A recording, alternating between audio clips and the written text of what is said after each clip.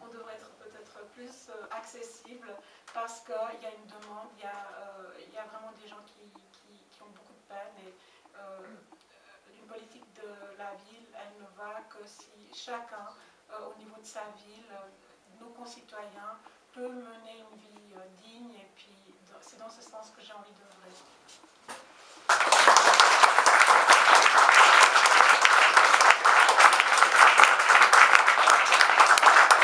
Merci à nos trois candidates. Moi, je trouve toujours que quand on écoute le parcours des femmes, il est assez extraordinaire. Il est d'une richesse. Alors, bravo mesdames pour tout ce que vous avez fait, tout ce que vous allez faire encore. Alors maintenant, la parole, elle est à vous. Les candidates sont à vous. Et on fait ça de manière tout à fait informelle. Si une autre candidate veut répondre, exprimer un autre point de vue, eh bien, elle prendra la parole. Si elle ne veut rien dire, elle ne la prendra pas. On va pas. Et là, je ne modère plus. Parce que entre nous, je déteste peur, mais c'est pas grave.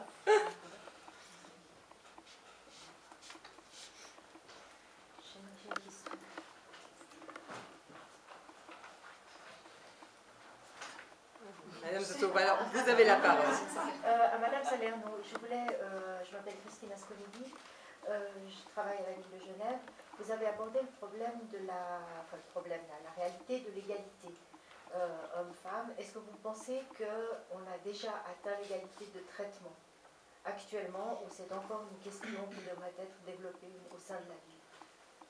Traitement, je m'entends salarial. Le traitement salarial. Oui. Bon, alors, dans l'administration publique, le traitement salarial garantit une égalité de salaire, mais il faut quand même regarder un peu de plus près.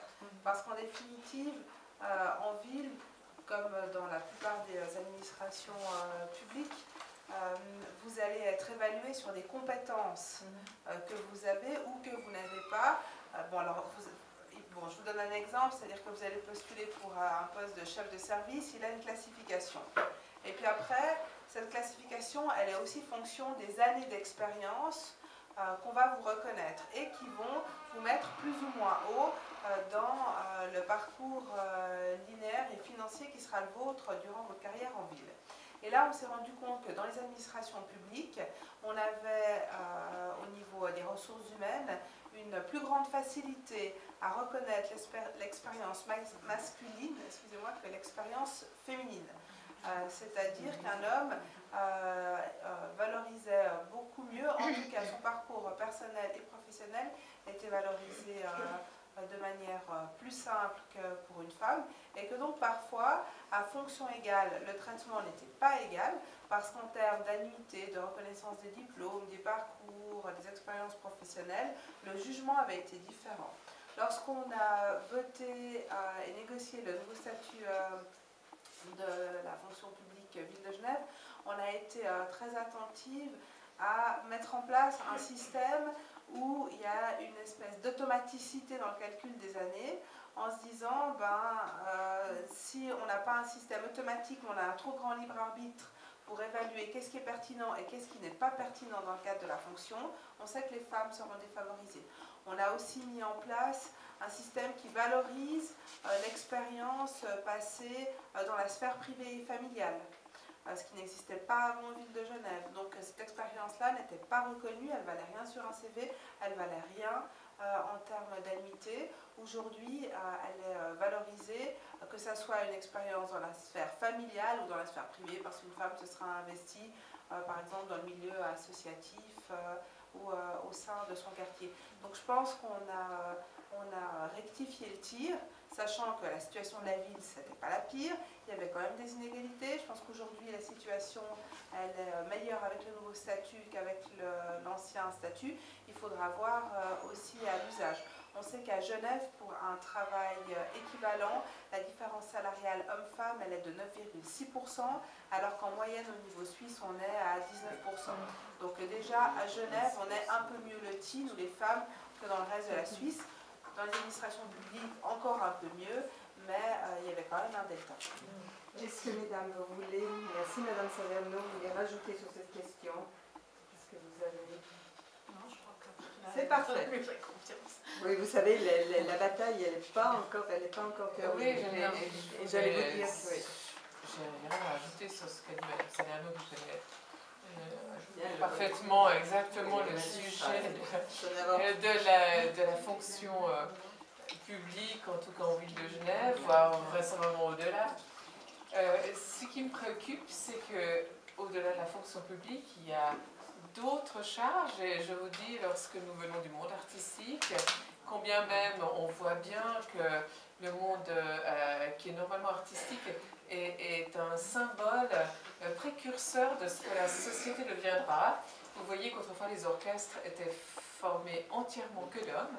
J'ai des vidéos et on ne voit que des hommes dans des orchestres. Petit à petit, on y voit apparaître des femmes. Petit à petit, on voit que les femmes l'emportent pratiquement sur les hommes. Autrefois, les chorales, c'est aussi des chorales d'hommes et on acceptait les femmes. Aujourd'hui, dans les chorales de femmes, on cherche les hommes.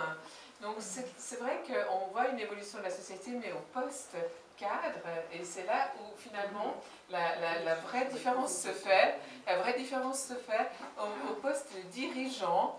Les choses n'ont pas encore véritablement évolué. Donc en fait, lorsqu'il y aura autant de chefs, de maestras que de maestros, nous aurons peut-être quelque part vraiment préfiguré l'égalité. Mais alors, dans votre secteur, Madame Alter, comment se présente? J'ai l'impression que dans votre secteur, c'est un peu plus différent dans la mesure où ce sont les femmes qui assurent encore l'essentiel des tâches. Merci Madame Sedan. Effectivement, bon, le domaine social, médical, éducatif est plutôt à dominance féminine, pardon.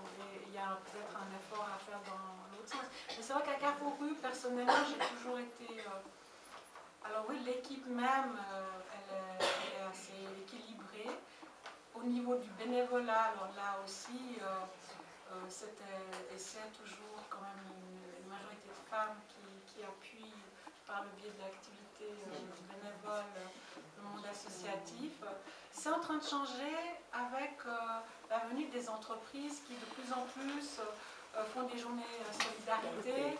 Et donc là, ça amène aussi des hommes au niveau d'un engagement associatif. Mais il y a un travail à faire dans l'autre sens. Dans la petite enfance, c'est vrai qu'il y a beaucoup de femmes. Et là aussi, l'effort doit être fait pour une certaine parité. Hein. Mais peut-être pour les hommes, c'est pas, voilà, c'est peut-être pas suffisamment valorisé. Ils préfèrent les vieux grenadiers. Oui, voilà, effectivement. Mais au niveau de l'administration municipale, je sais que Mme Salerno fait vraiment un grand effort pour... je crois qu'elle voulait rajouter quelque chose encore. Ouais, c'est ça va faire le lien. C'était peut-être de dire que sur la problématique, vos questions étaient sur la rémunération. Maintenant, sur la répartition homme-femme au sein des services et dans les fonctions dirigeantes, on a édicté, alors il ne touche pas uniquement ce volet-là d'action publique, mais notamment un règlement sur l'égalité homme-femme au sein de la ville de Genève, où on veille à terme à ce que dans tous les services, on ait des représentations hommes-femmes qui soient paritaires. Ça veut dire que dans certains secteurs, pour autant que ce soit possible, ça veut dire que dans certains secteurs, la petite enfance qu'Esther Alder citait, il faudra engager des hommes, alors que par contre, à la voirie, où on a exclusivement un personnel masculin, on pourra engager des femmes. Et là, c'est quand même très intéressant parce qu'on bute aussi sur les représentations caricaturales de ce que peut faire un homme, de ce que peut faire une femme, de ce qu'une femme est prédestinée à faire, de ce qu'un homme est prédestiné à faire. Et typiquement la voirie, aujourd'hui, c'est un service qui est monogenré, alors que quand vous allez dans d'autres villes, et notamment d'autres villes européennes, je vais prendre deux exemples, c'est l'Italie et l'Espagne, la plupart des services de voirie dans les villes sont vraiment dirigés et rendu possible par un travail féminin. À Genève, c'est un travail exclusivement masculin. Après, sur certains corps de métier, typiquement le SIS, les sapeurs-pompiers, là on a une femme. Voilà, mais on en a qu'une. Il y en a une. Est-ce qu'il y en a plus? À mon époque, quand j'étais députée, il n'y en avait qu'une, parce qu'elle était députée. C'est une fonction qui doit s'ouvrir, mais Mais là, on se rend compte que souvent, la première difficulté, elle est liée à l'appréciation du chef de service, du directeur, parfois du magistrat, parce qu'il projette ce qu'une femme est capable de faire et ce qu'elle n'est pas capable de faire. Donc il faut agir aussi, comme vous l'avez été en évidence, et puis sur le type de travail et l'aménager pour les femmes. Madame, alors, 1, 2 et 3. Ok, allez-y, je vous en prie. Bonsoir, Marie-Hélène Gautreau, conseillère municipale à Verrier. Tout d'abord, j'aimerais vous féliciter. À vous trois, vous avez un parcours magnifique. Et autant que féministe, je souhaite que vous trois soyez élus. Et puis, qu'est-ce que vous voulez? J'ai entendu parler à Madame Salerno concernant les réseaux des femmes. Est-ce que vous croyez qu'il faut faire des réseaux par rapport à une question politique, des groupes politiques, ou il faut faire un réseau ouvert, sans distinction des partis politiques, parce qu'il me semble qu'on a besoin d'un réseau fort. Et pour cela, je pense qu'on pourrait déjà compter, si c'est possible, avec votre soutien au CLAGE. On a besoin d'avoir votre expérience, voilà, et puis j'espère que ça pourra se faire dans le futur. Voilà ce que je voulais vous dire. Et j'espère que vous les trois soyez élus. C'est gentil comme ça. Bon, pour moi, quand je parlais de réseau, si vous voulez, il y a l'idéal, puis après il y a la réalité. Pour moi, dans l'idéal, à partir du moment où on est féministe, parce que ça ne suffit pas d'être femme. Pour moi, il y a plein de femmes, elles sont femmes, mais après, concrètement, qu'est-ce que je peux construire avec elles? Sur quoi je peux échanger? Sur quel point j'arrive à faire des projets qui nous fassent aller de l'avant? Voilà, il faut que les femmes, elles soient féministes, c'est-à-dire qu'elles se revendiquent dans une posture de femme, avec une envie d'améliorer leurs conditions, la condition de leurs consoeurs, aussi de lutter contre les discriminations et dire qu'elles existent. À partir du moment où il y a cette posture-là, moi, je peux travailler avec des femmes qui soient de gauche ou de droite. Bien évidemment, je pense qu'avec une femme qui est de gauche, sur beaucoup plus de sujets, j'aurais des affinités de valeurs, de projets politiques, de société, où je pourrais aller plus loin. Et je pense qu'avec certaines femmes de droite, ça ne pose pas non plus de problème à partir du moment où sur certains projets précis, elles sont féministes et elles disent ok, on va avancer. C'était le cas, vous l'avez cité, tout le combat sur l'assurance maternité, c'était pas uniquement un combat. Dieu merci, sinon on n'aurait pas gagné. Parce qu'il fallait convaincre ceux qui s'opposaient. Les convaincus, ils étaient convaincus depuis le début. Hein, donc je pense qu'il y a un chemin vraiment à faire ensemble. Et puis après, c'est pour ça que je disais qu'il faut être aussi réaliste. Quand je regarde dans les faits avec celles avec lesquelles c'est le plus facile de construire, bah, c'est quand même toujours des femmes qui partagent une bonne partie, on dira, de mes valeurs ou des perceptions qui sont les miennes. Mais je pense que parfois, le fait de se tenir les coudes, et aussi quand on est féministe, c'est sur des petites choses, mais des petites choses qui peuvent avoir pas mal d'importance. Je vais donner 2 événements qui sont des événements assez anecdotiques, mais en même temps qui reflètent bien les difficultés que soulignait Mme Krafft-Babel. Le fait que lorsque j'ai été élue, c'est poser la question, mais comment tu veux te faire appeler? On dit Madame le maire, on dit Madame la mairesse, on dit Madame la maire, on dit... Et puis moi j'ai dit non, je veux qu'on dise Madame la maire. Pourquoi est-ce que je veux qu'on dise Madame la maire? C'est parce que je suis une femme. Et si on dit, bien sûr que si on dit toujours Madame le maire Sandrine Salerno, mais c'est pas ça la vraie vie. Dans la vraie vie, on dit on attend le maire, il arrive dans 10 minutes.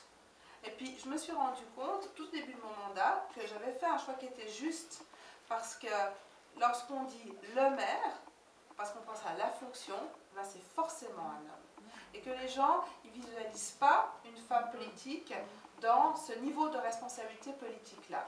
Et donc, moi, j'ai dit non, je ne suis pas le, je suis là, alors on dira la maire.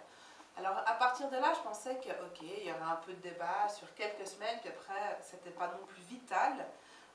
Et puis on passerait à autre chose. Et en définitive, jusqu'à aujourd'hui, alors on est bientôt au terme du mandat, il y a des personnes qui continuent à essayer de me convaincre que j'ai fait un mauvais choix, qu'en fait c'est horrible, en français on parle pas comme ça, on dit le, parce que le français, ben là on fait toujours des monstres explications sémantiques et de l'histoire du français, de comment il s'est dit et de comment on devrait le parler.